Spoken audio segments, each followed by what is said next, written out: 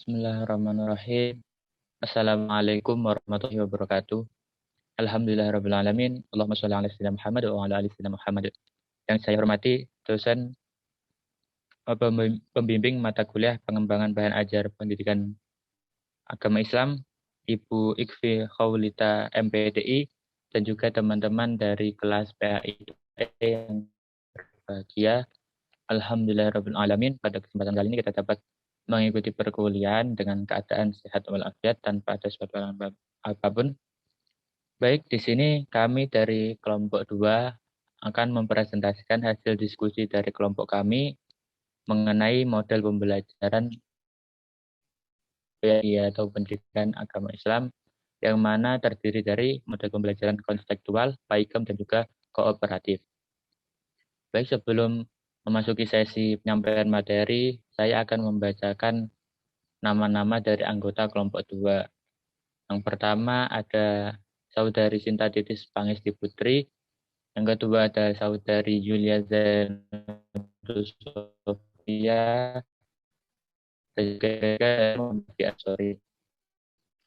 Baik, untuk memanfaatkan waktu, langsung saja kita materi yang pertama yang akan disampaikan oleh Sinta Titis mengenai pengertian dan karakteristik model pembelajaran konseptual dan juga implementasi model pembelajaran konseptual pada mata pelajaran PAI.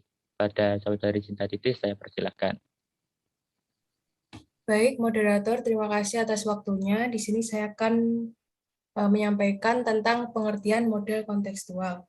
Model kontekstual adalah suatu strategi pembelajaran yang menekankan kepada proses keterlibatan siswa secara penuh untuk menemukan materi yang dipelajari dan menghubungkannya dengan situasi kehidupan nyata, sehingga mendorong siswa untuk dapat menerapkannya dalam kehidupan mereka.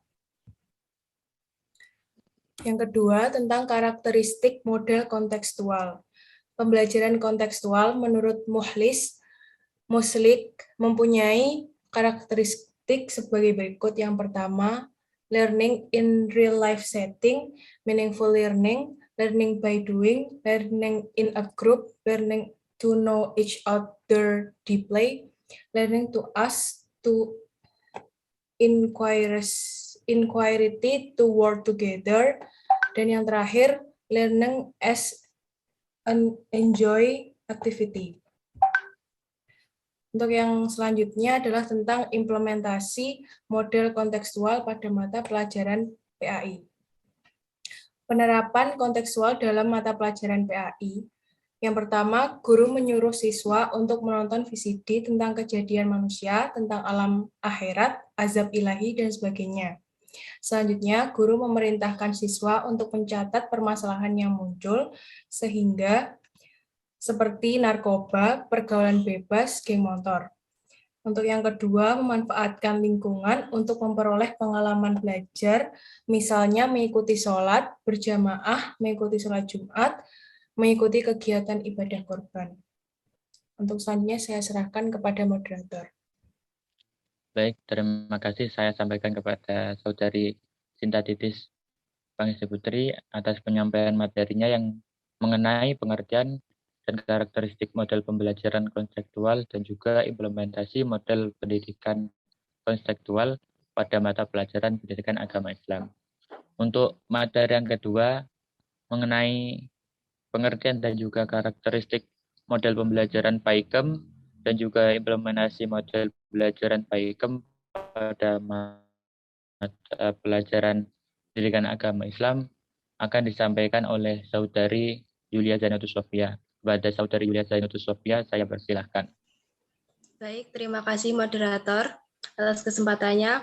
Saya akan menjelaskan mengenai pengertian model pembelajaran PAIKEM.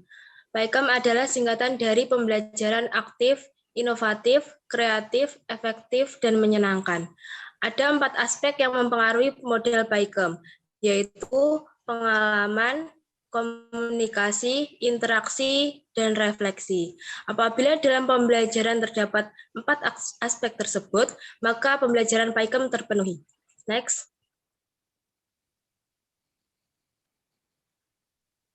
Karakteristik model pembelajaran PAIKEM. Yang pertama, berpusat pada siswa. Yang kedua, belajar yang menyenangkan. Yang ketiga, belajar yang berorientasi pada tercapainya kemampuan tertentu. Selanjutnya, belajar secara tuntas dan belajar secara berkesinambungan. Selanjutnya.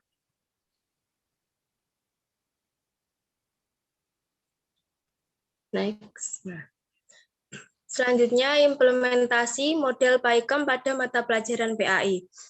Siswa terlibat dalam berbagai kegiatan yang mengembangkan pemahaman dan kemampuan mereka dengan penekanan pada belajar melalui berbuat. Guru menerapkan cara mengajar yang kooperatif dan interaktif, termasuk siswa untuk menemukan caranya sendiri dalam pemecahan masalah, untuk mengungkapkan gagasan dan melibatkan dalam menciptakan lingkungan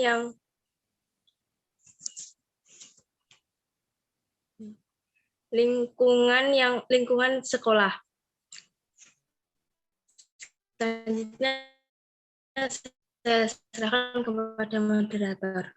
Terima kasih saya sampaikan kepada Saudari Yulia Zainuddin Sofia, juga karakteristik model pembelajaran PAIKEM, dan juga implementasi model pembelajaran PAIKEM pada mata pelajaran pendidikan agama Islam. Masuki materi yang terakhir mengenai pengertian dan juga karakteristik model pembelajaran kooperatif, dan juga implementasi model pembelajaran kooperatif pada mata pelajaran pendidikan agama Islam akan saya sampaikan. Yang pertama, pengertian dari model pembelajaran kooperatif. Pembelajaran kooperatif merupakan suatu pembelajaran yang mengkondisikan peserta didik untuk belajar dalam suatu kelompok kecil dengan tingkat kemampuan yang berbeda-beda. Karakteristik dari model pembelajaran kooperatif, yakni yang pertama, siswa harus memiliki persepsi bahwa mereka bertenggelam atau berenang bersama-sama. Yang kedua, siswa harus berpandangan bahwa mereka semuanya memiliki tujuan yang sama. Kemudian yang ketiga, siswa harus membagi tugas dan juga berbagi tanggung jawab sama besarnya di antara anggota kelompok. Next. Kemudian yang terakhir, yakni implementasi model kooperatif pada mata pembelajaran pendidikan agama Islam. Jadi dengan menggunakan tipe pembelajaran ini dapat meningkatkan antusias, keaktifan, dan juga rasa senang.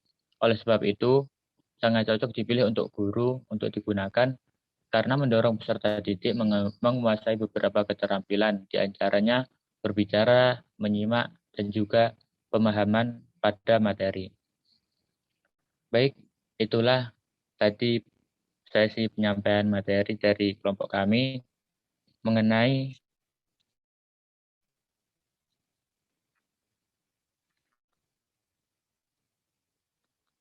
model pembelajaran pendidikan agama Islam yang terdiri dari model peran konseptual, PAIKEM, dan juga kooperatif.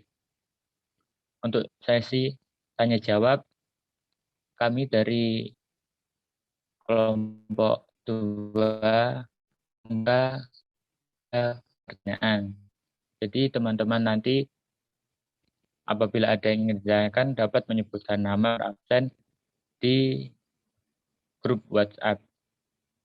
Baik, demikianlah presentasi dari kelompok 2 yang dapat disampaikan. Apabila ada kurang lebihnya baik dari penyampaian presentasi maupun makalah, kami dari kelompok 2 mohon maaf yang sebesar-besarnya.